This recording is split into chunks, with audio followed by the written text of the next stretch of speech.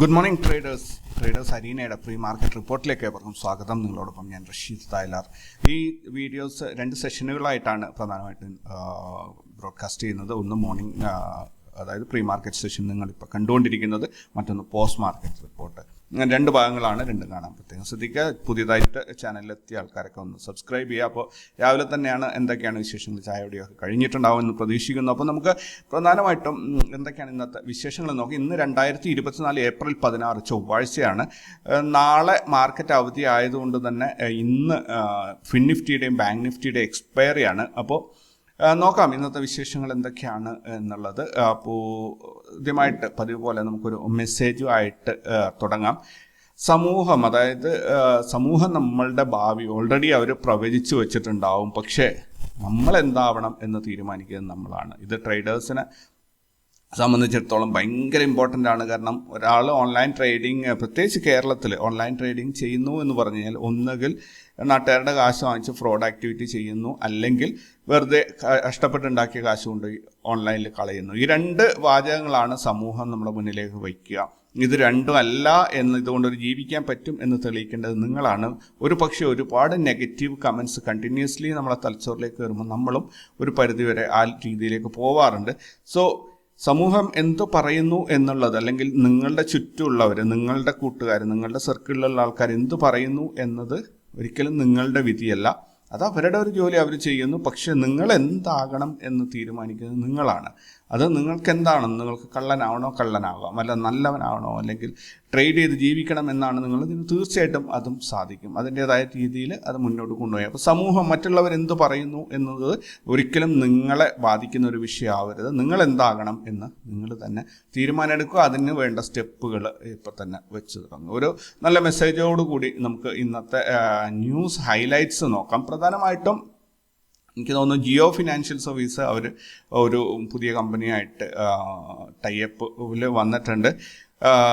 സിംഗപ്പൂരിലെ black rock advisers എന്നുള്ള ഒരു കമ്പനിയായിട്ടാണ് അവർ ടൈപ്പിലെത്തിയിട്ടുള്ളത്. Jio finance hold ചെയ്യുന്ന ആൾക്കാർക്ക് അതൊരു പോസിറ്റീവ് ന്യൂസ് തന്നെയാണ്.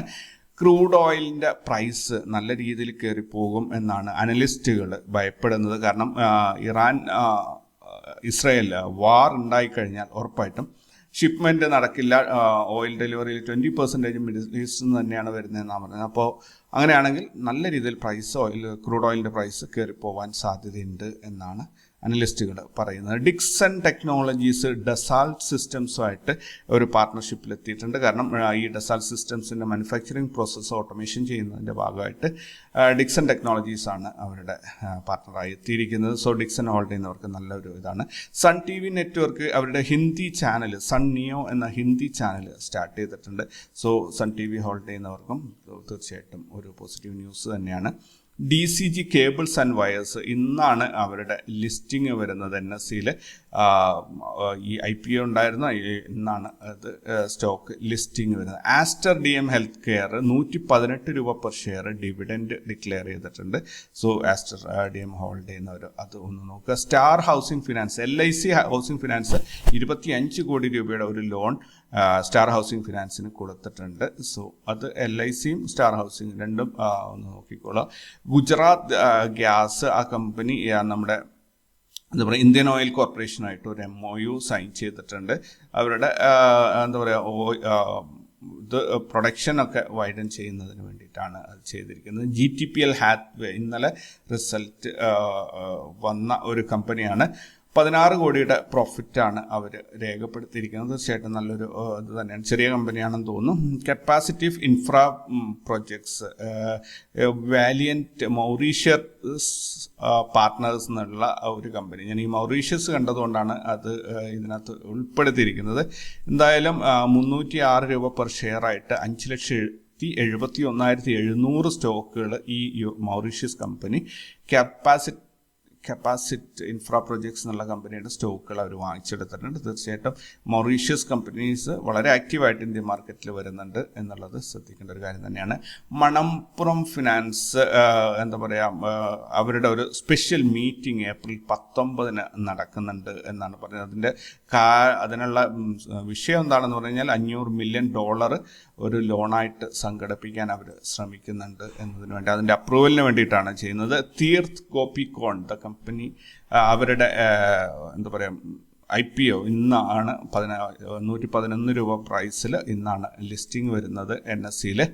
ഗോകുൽ അഗ്രോ റിസോഴ്സ് റിയ അഗ്രോ എന്താ പറയുക അവരൊരു ആന്ധ്രാപ്രദേശ് ഗവൺമെൻറ്റുമായിട്ട് പാം ഓയിൽ പ്രൊഡക്ഷൻ എക്സ്പാൻഡ് ചെയ്യുന്നതിന് വേണ്ടിയിട്ട് ഒരു കരാറിലെത്തിയിട്ടുണ്ട്. സോ ഈ ഗോകുൽ അഗ്രോ അധികം ഫേമസ് അല്ലെന്ന് തോന്നുന്നു ഈ ഒരു കമ്പനി. അപ്പോൾ ഇന്നത്തേക്ക് ഇത്രയും വാർത്തകളാണ് ഞാൻ ശേഖരിച്ചിട്ടുണ്ടായിരുന്നത്. നമുക്ക് ഗ്ലോബൽ മാർക്കറ്റ് ഒന്ന് നോക്കിയിട്ട് പെട്ടെന്ന് തന്നെ കാര്യങ്ങളിലേക്ക് പോകാൻ. ഡോ ജോൺസ് 247, അതായത് US മാർക്കറ്റ് ക്ലിയർലി ബെയറിഷ് ആയിട്ടാണ് ക്ലോസ് ചെയ്തിരിക്കുന്നത്. കംപ്ലീറ്റ്ലി ഡോ ജോൺസ് ഓപ്പണായ സ്ഥലത്ത് നിന്നാണ്, അത് പ്രത്യേകം ശ്രദ്ധിക്കണം, പ്രീവിയസ് ക്ലോസിങ്ങിൽ നിന്നല്ല. ഇന്നലെ മാർക്കറ്റ് എവിടെ ഓപ്പണായോ അവിടെ നിന്ന് എത്ര പോയിന്റ് താഴെ ക്ലോസ് ചെയ്തു എന്നാണ്. 248 പോയിന്റ് റെഡാണ്. S&P 500 61 പോയിന്റ് റെഡാണ്. നെസ്ഡാക്ക് 290 പോയിന്റ് റെഡാണ്. യൂറോപ്യൻ മാർക്കറ്റിലേക്ക് നോക്കുകയാണെങ്കിൽ FTSE 30 പോയിന്റ് റെഡാണ്. ബാക്കി രണ്ടും ക്ലിയർലി ഗ്രീനിലാണ് പോയിക്കൊണ്ടിരിക്കുന്നത്. ഇനി ഏഷ്യൻ മാർക്കറ്റിലേക്ക് വരികയാണെങ്കിൽ നിക്കി 686 പോയിന്റ്, നിക്കി എന്ന് പറഞ്ഞാൽ ജപ്പാൻ്റെതാണ് കേട്ടോ, 686 പോയിന്റ് നെഗറ്റീവിലാണ്. ഹാങ്സങ് 120, ഹാങ്സങ് ചൈനയുടേത് 121 പോയിന്റ് റെഡിലാണ്. ഷങ്കായ് കമ്പോസിറ്റ് അതും ചൈനയുടേതാണ്, പക്ഷെ അത് 37 പോയിന്റ് ഗ്രീനിലാണ്. STI 11 പോയിന്റ്, അതേപോലെ കോസ്പി 45 പോയിന്റ് റെഡിലാണ് പോയിക്കൊണ്ടിരിക്കുന്നത്. ദെൻ ഗിഫ്റ്റ് നിഫ്റ്റിയിലേക്ക് വരികയാണെങ്കിൽ ഇന്ന് ഓപ്പൺ ആയത് 22,216 22,216 34 പോയിന്റ് റെഡിലാണ്. അതായത് ഗ്യാപ് ഡൗൺ ഓപ്പണിംഗ് ആയിരുന്നു ഇന്നുണ്ടായിരുന്നത്. ഓപ്പണായ സ്ഥലത്ത് നിന്ന് വീണ്ടും 27 പോയിന്റ്സ്. ഇന്നലത്തെ ക്ലോസിംഗ് 22,250 ആയിരുന്നു. ഇപ്പോൾ 216 34 പോയിന്റ് താഴെയായിട്ട് ഓപ്പണായി. അവിടെ നിന്ന് ഇപ്പോൾ 27 പോയിന്റ് ഫർദർ നഷ്ടപ്പെടുത്തിക്കൊണ്ട് 22,188 കറൻ്റ്ലി എത്തി നിൽക്കുന്നത്. ഇന്നത്തെ ഡേ ലോ എന്ന് പറഞ്ഞാൽ 22,182 ഡേ ഹൈ എന്ന് പറഞ്ഞാൽ 22,246. ഓക്കെ, അപ്പോൾ ഗിഫ്റ്റ് നിഫ്റ്റി ഗ്യാപ് ഡൗൺ ഓപ്പണിങ്ങിൽ ബെയറിഷ് മൂവ്മെൻ്റ് ആണ് കൊടുത്തിരിക്കുന്നത്. അതായത് ഇന്നലത്തെ ക്ലോസിംഗ് എന്ന് നോക്കുമ്പോൾ ഏകദേശം 62 പോയിന്റോളം താഴോട്ട് പോയിട്ടുണ്ട് ഗിഫ്റ്റ് നിഫ്റ്റി. സോ ഒരു ബെയറിഷ് മൂവ്മെൻറ്റ് തന്നെ നമുക്ക് ഇന്ത്യൻ മാർക്കറ്റിൽ കിട്ടും എന്ന് പ്രതീക്ഷിക്കാം. ദെൻ ഇന്നത്തെ ഗ്ലോബൽ ഇവൻറ്റ്സ് നോക്കുകയാണെങ്കിൽ US fed Daly speech, China house price index, then China retail sales, China industrial production, China fixed asset investment, China GDP growth rate, China GDP growth rate quarterly, China unemployment rate, ചൈനയുടെയാണ് കൂടുതൽ events. Indonesian balance of trade, Germany wholesale price year on year, Germany wholesale price, UK average earnings, then UK unemployment rate, Italy balance of trade, Germany ZUW economic sentiments index, Canada inflation rate year on year, USA building permits, then India passenger vehicle sales year on year. ഇന്ത്യയിലെ ഒരു ഡാറ്റയും ഇന്ന് റിലീസാവുന്നുണ്ട്. ഭയങ്കര ഒരു ബഹുലമായ ഒരു ദിവസമാണെന്ന് തോന്നുന്നു. ഒരുപാട് ഈവൻറ്റ്സ് ആണ് ഇന്നത്തേക്കായിട്ട് റെക്കോർഡ് ചെയ്യപ്പെട്ടിട്ടുള്ളത്. എസ്പെഷ്യലി ഒരു ഫിനാൻഷ്യൽ ഇയർ കഴിഞ്ഞ അടുത്ത സ്റ്റാർട്ടിങ്ങിൽ വരുന്ന ഇവൻറ്റുകളാണ്. അതേപോലെ ഇന്ന് റിസൾട്ട് വരാനുള്ള കമ്പനികളാണ് CRISIL Limited, ST Mart Limited, Den Network Limited, Lotus Chocolate Company, Integra Essentia Limited, Shriram proteins. ഇത്രയും കമ്പനികളാണ് ഇന്ന് റിസൾട്ട് അനൗൺസ് ചെയ്യാനുള്ള കമ്പനികൾ. ദെൻ ഇന്ന് FNO ബാൻ നോക്കുകയാണെങ്കിൽ ഒരുപാട് കമ്പനികളുണ്ട്. ബാലരാം ചിനി ഇന്നലെയോ അത് തന്നെയായിരുന്നു. Bandhan bank, Exide India, GNFC, Hind copper, India cement, metropolis, national aluminium, PEL, sale, അതേപോലെ സീൽ. ഇത്രയും കമ്പനികൾ 3, 6, 9, 11 കമ്പനികൾ ഇന്ന് FNO ബ്ലാക്ക് ലിസ്റ്റ് ഉണ്ട്. ഈ FNO ബാൻ വരുന്നതെന്ന് പറഞ്ഞാൽ അവരുടെ മാക്സിമം മാർക്കറ്റ് വൈഡ് പൊസിഷൻസ് 95% കൊടുത്തു കഴിഞ്ഞതുകൊണ്ടാണ്. സോ അത് ഈ സംഭവങ്ങൾ ഇന്ന് ട്രേഡ് ചെയ്യാൻ സാധിക്കില്ല. ഇൻസ്റ്റിറ്റ്യൂഷണൽ ഡാറ്റ, ഇന്നലത്തെ ഇൻസ്റ്റിറ്റ്യൂഷണൽ ഡാറ്റ നോക്കുകയാണെങ്കിൽ ഫോറിൻ ഇൻസ്റ്റിറ്റ്യൂഷൻ ഇൻവെസ്റ്റേഴ്സ് 10,443 കോടിയുടെ ബൈങ്ങും 13,711 കോടിയുടെ സെല്ലിങ്ങുമാണ് നടത്തിയത്. അതുവഴി 3,268 കോടി രൂപയുടെ പ്രോഫിറ്റ് ബുക്കിംഗ് ആണ് അവർ നടത്തിയത്. ഡൊമസ്റ്റിക് ഇൻസ്റ്റിറ്റ്യൂഷൻ ഇൻവെസ്റ്റേഴ്സ് 13,578 കോടിയുടെ ബൈങ്ങും 8,815 കോടിയുടെ ബൈങ്ങും നടത്തിയത് വഴി 4,762 കോടി രൂപയുടെ നിക്ഷേപമാണ് ഇന്ത്യൻ മാർക്കറ്റിൽ നടത്തിയത്. മൊത്തത്തിൽ നോക്കുകയാണെങ്കിൽ 1,494 കോടി രൂപയുടെ നിക്ഷേപം ഇന്ത്യൻ മാർക്കറ്റിൽ എത്തിയതായിട്ടാണ് ഇന്നലത്തെ ഡാറ്റ സൂചിപ്പിക്കുന്നത്. ഈ മാസം മൊത്തത്തിൽ നോക്കുകയാണെങ്കിൽ ഫോറിൻ ഇൻസ്റ്റിറ്റ്യൂഷൻസ് 13,630 കോടിയുടെ പ്രോഫിറ്റ് ബുക്കിംഗ് ആണ് നടത്തിയത്. അതേസമയത്ത് ഡൊമസ്റ്റിക് ഇൻസ്റ്റിറ്റ്യൂഷൻസ് 16,995 കോടിയുടെ ഇൻവെസ്റ്റ്മെൻ്റ് ആണ് ചെയ്തിരിക്കുന്നത്. ടോട്ടലി 3365 കോടിയുടെ ഒരു ബൈയിങ് ആണ് അല്ലെങ്കിൽ ഇൻവെസ്റ്റ്മെൻ്റ് ആണ് നമുക്ക് ഈ മാസം നടന്നതായിട്ട് കാണാൻ സാധിക്കുന്നത്. ദെൻ ഇന്നലത്തെ ഒരു മാർക്കറ്റ് നോക്കുകയാണെങ്കിൽ ഇന്നലെ നിഫ്റ്റി 22,339 ഓപ്പണായിട്ട് 66 പോയിന്റ് നഷ്ടത്തിൽ 22,273 ക്ലോസ് ചെയ്തത്.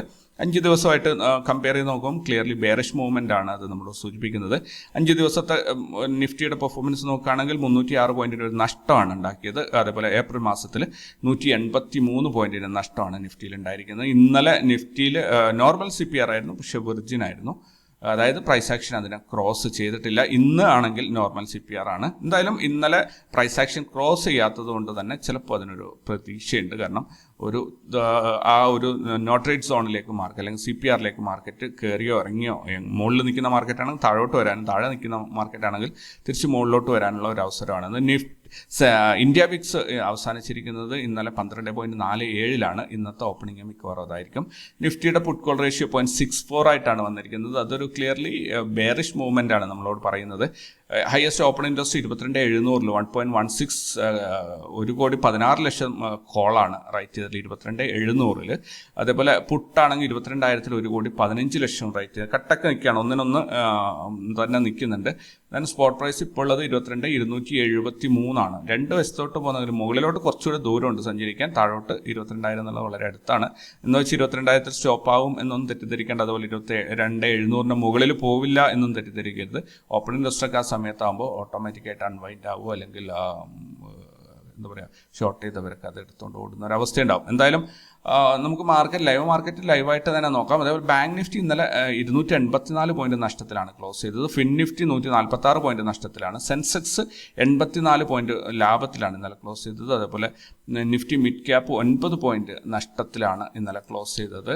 ദെൻ നമുക്ക് ഇന്നത്തെ ഒരു മാർക്കറ്റിൻ്റെ അവസ്ഥ എന്തായിരിക്കും? ഇന്ന് 2 എക്സ്പയറി ഉണ്ട്. നിഫ്റ്റി ഫിൻ സർവീസസ് ഇന്നത്തെ എക്സ്പയറിയാണ്. സോ ഫിൻ നിഫ്റ്റി എന്ന് നമ്മൾ വിളിക്കുന്ന ഫിൻ നിഫ്റ്റി ഇതിനെക്കുറിച്ച് ഒത്തിരി ഒന്നും പറയാനില്ല. കാരണം ഇന്നലത്തെ ഹൈനെ കമ്പയർ ചെയ്ത് അതല്ലെങ്കിൽ CPRൽ നിന്ന് നോട്ട് റേറ്റ് സോണും CPRും കമ്പയർ ചെയ്ത് നോക്കുമ്പോൾ മാർക്കറ്റ് താഴോട്ട് പോകും എന്നാണ് പറയുന്നത്. അതുപോലെ റാസ് ലെവൽസിൻ്റെ പ്രിഡിക്ഷൻ നോക്കുമ്പോൾ ഇന്നലത്തെ ഹൈയിൽ നിന്നും താഴെയായിരിക്കും ഇന്നത്തെ ഹൈ.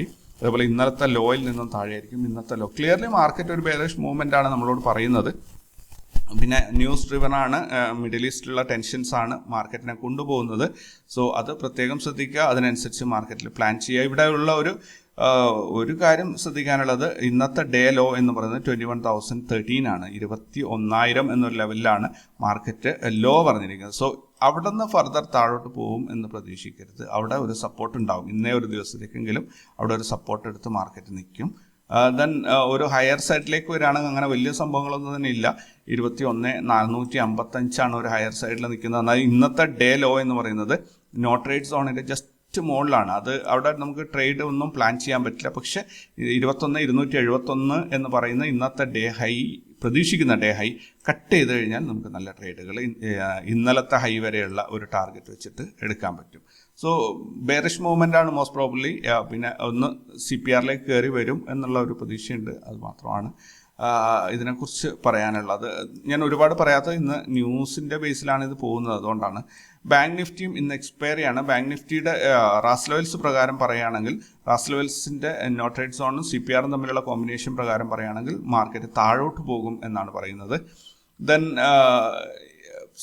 റാസ് ലെവൽസിൻ്റെ പ്രിഡിക്ഷൻ നോക്കുകയാണെങ്കിൽ ഇന്നലത്തെ ഡേ ഹൈനേക്കാളും താഴെയായിരിക്കും ഇന്നത്തെ ഡേ ഹൈ.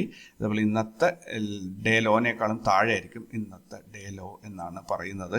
അപ്പോൾ 47,500 എന്ന ഒരു ലെവല് 47,474 73 റേഞ്ച് വരെ വന്നിട്ട് 500-ൽ ഒരു സപ്പോർട്ട് എടുത്ത് തിരിച്ച് മുകളിലോട്ട് പോകും എന്നാണ് ഞാൻ പ്രതീക്ഷിക്കുന്നത്. ഒരു ബെയറിഷ് മൂവ്മെൻ്റ് ആണ് ഇത് സൂചിപ്പിക്കുന്നത്. ഇവിടെ ഒരു റെയർ കേസ് സിനാരിയോ ഉണ്ടാവാനുള്ള സാധ്യത എന്താണെന്ന് പറഞ്ഞു കഴിഞ്ഞാൽ, ഒരു നല്ല ഗ്യാപ്പ് ഡൗൺ ഓപ്പണിങ്ങിൽ നമ്മുടെ ലോ ടച്ച് ചെയ്തിട്ട് പിന്നെ മാർക്കറ്റ് മുകളിലോട്ട് കയറി ആ ഗ്യാപ്പ് ഫില്ല് ചെയ്യാൻ കയറി വരുന്ന ഒരവസ്ഥ ഉണ്ടാവാറുണ്ട്. അത് മാത്രമാണ് നമുക്കൊരു പ്രതീക്ഷിക്കാതെ സംഭവിക്കാറുള്ളത്. അത് ബാക്കിയെല്ലാം തന്നെ ഈ രീതിയിൽ പോകും. 47,500 കട്ട് ചെയ്ത് താഴോട്ട് പോവില്ല എന്നാണ് ഞാൻ പ്രതീക്ഷിക്കുന്നത്. അതേപോലെ ഒരു ഹയർ സൈഡിൽ വന്നിരിക്കുന്നത്, അതായത് ഇന്നത്തെ ഡേ ഹൈ വരും എന്ന് പറഞ്ഞിരിക്കുന്ന ലെവല് 48,000 ആണ്. അപ്പോൾ 48,000-ൻ്റെ അവിടെ എത്തുമ്പോൾ ഒന്ന് കെയർഫുൾ ആയാൽ മതി. ഇൻ കേസ് ഇന്നലത്തെ ഡേ ഹൈ ഒക്കെ അല്ലെങ്കിൽ ഇന്ന് ഡേ ഹൈ വരും എന്ന ലെവലിനെ കട്ട് ചെയ്ത് മാർക്കറ്റ് മുകളിലോട്ട് കയറുന്നുണ്ടെങ്കിൽ മാത്രം ഒന്ന് ശ്രദ്ധിച്ചാൽ മതി. അതിന് സാധ്യത വളരെ കുറവാണ്. പിന്നെ ഈ 47,820 അതേപോലെ 47,990 ഒരു 150 പോയിന്റിൻ്റെ ഒരു നോ ട്രേഡ് സോൺ നമുക്കിവിടെ കിട്ടിയിട്ടുണ്ട്. ഈ ഒരു ഭാഗത്ത് എൻട്രി എടുക്കാതിരിക്കുന്നതാണ് ഏറ്റവും സുരക്ഷിതം. അതേപോലെ 47,990 എന്ന് പറഞ്ഞാൽ 48,000 തന്നെയാണ്. സോ ഇന്നത്തെ ഇത്രയും സോണിൽ 47,850 മുതൽ 48,000 വരെയുള്ള ആ ഒരു സോണിൽ ട്രേഡ് എടുക്കുന്നുണ്ടെങ്കിൽ ചെറിയ പ്രോഫിറ്റിൽ പെട്ടെന്ന് അല്ലെങ്കിൽ ചെറിയ ലോസ് പ്രോഫിറ്റിൽ പെട്ടെന്ന് എക്സിറ്റ് ആവാൻ വേണ്ടിയിട്ട് ശ്രദ്ധിക്കുക. അതാണ് ഇന്ന് നോക്കാനുള്ളത്. മറ്റ് സംഭവങ്ങൾ ഒരുപാടൊന്നും ഇതിൽ നമുക്ക് മുൻകൂട്ടി പ്രവചിച്ചിട്ട് പോകാൻ പറ്റില്ല. മാർക്കറ്റ് അതിൻ്റെ ഇഷ്ടത്തിന് അങ്ങ് പോവുകയുള്ളൂ. പ്രത്യേകിച്ച് എങ്ങോട്ടാണ് എന്ന് തീരുമാനം ഉണ്ടാവില്ല. ഓവറോൾ ഓരോ പെർഫോമൻസ് നോക്കുകയാണെങ്കിൽ നിഫ്റ്റിയിൽ കണ്ടില്ലേ, ക്ലിയർലി അത് കട്ട് ചെയ്ത് താഴെ ഇറങ്ങിയിട്ടുണ്ട്. അതിൻ്റെ സപ്പോർട്ടെല്ലാം പൊട്ടിച്ചിട്ടുണ്ട്. നെക്സ്റ്റ് വരേണ്ട സപ്പോർട്ട് 22,130 22,000 ഇടയിലാണ്. അപ്പോൾ ആ ഒരു ലെവലിലേക്കായിരിക്കും മാർക്കറ്റ് ഇറങ്ങി വരിക എന്ന് തോന്നുന്നത്. അതായത് ഏകദേശം ഇവിടെ ഈ ഒരു ലെവൽ വരെ വന്നിട്ട് തിരിച്ച് കയറാനായിരിക്കും കാത്തിക്കുന്നത്. ഈ ഒരു ദിവസം കൊണ്ടായിരിക്കില്ല സംഭവിക്കുന്നത്. ഇപ്പോൾ ഫോള് വരുമ്പോൾ കണ്ടില്ല, എത്രയോ ദിവസത്തെ 8-9 ദിവസത്തെ കൊണ്ട് കയറിപ്പോയതാണ് ഒറ്റയടിക്ക് താഴോട്ട് വന്നിരിക്കുന്നത് 2 ദിവസം കൊണ്ട്. സോ അതും നമ്മൾ പ്രത്യേകം ഈ ഒരു കാര്യത്തിൽ കൺസിഡർ ചെയ്യേണ്ടതുണ്ട്. മാർക്കറ്റ് വീഴുമ്പോൾ ഭയങ്കര സ്പീഡാണ്, കയറിപ്പോകുമ്പോൾ. അത് എല്ലാവരും പറയാറുണ്ട്, മാർക്കറ്റ് കയറുമ്പോൾ സ്റ്റെയർ കേസ് വഴി കയറിപ്പോവും, ഇറങ്ങി വരുമ്പോൾ എന്ന് പറഞ്ഞാൽ സ്ട്രൈറ്റ് ഫോൾ ആയിരിക്കും, അതായത് ലിഫ്റ്റ് വഴി ഇറങ്ങി വരുന്ന പോലെയുള്ളൊരു ഫീലായിരിക്കും ഉണ്ടാവുക എന്ന് പറയാറുണ്ട്. അതേപോലെ മിഡ് ക്യാപ്പ് പോലും മിഡ് ക്യാപ്പ് ഈ മാസത്തെ ടാർഗറ്റിൽ വന്നിട്ട് സപ്പോർട്ട് ചെയ്യുന്നത്, അതായത് ഒരു ഫോള് തന്നെയാണ് അതിലും കാഴ്ചവെച്ചത്. ബാങ്കിങ് സെക്ടറിലാണെങ്കിലും ഫോള് തന്നെയാണ്, എല്ലാ സെക്ടറുകളിലും ഒരു ഫോള് കാഴ്ചവെക്കുന്നുണ്ട്. സോ നോക്കാം എങ്ങനെ. ഇതിന് ഒരു തീരുമാനവും പറയാൻ പറ്റാത്തൊരു മാർക്കറ്റ് ആയതുകൊണ്ട് തന്നെ ലൈവ് മാർക്കറ്റിൽ ഒരു അരമണിക്കൂർ നോക്കുക, എന്നിട്ട് നിങ്ങൾക്ക് ട്രെൻഡ് കിട്ടിക്കഴിഞ്ഞാൽ ആ ഭാഗത്തോട്ട് ട്രേഡ് എടുക്കാൻ ശ്രമിക്കുക. ഓൾറൈറ്റ്, അപ്പോൾ ഇത്രയൊക്കെയാണ് ഇന്നത്തേക്കുള്ളത്. കൂടുതൽ വിശേഷങ്ങളും വാർത്തകളൊക്കെ ആയിട്ട് നമുക്ക് നാളെ വൈകുന്നേരം കണ്ടുമുട്ടാം. അതുവരേക്കും you take care and by.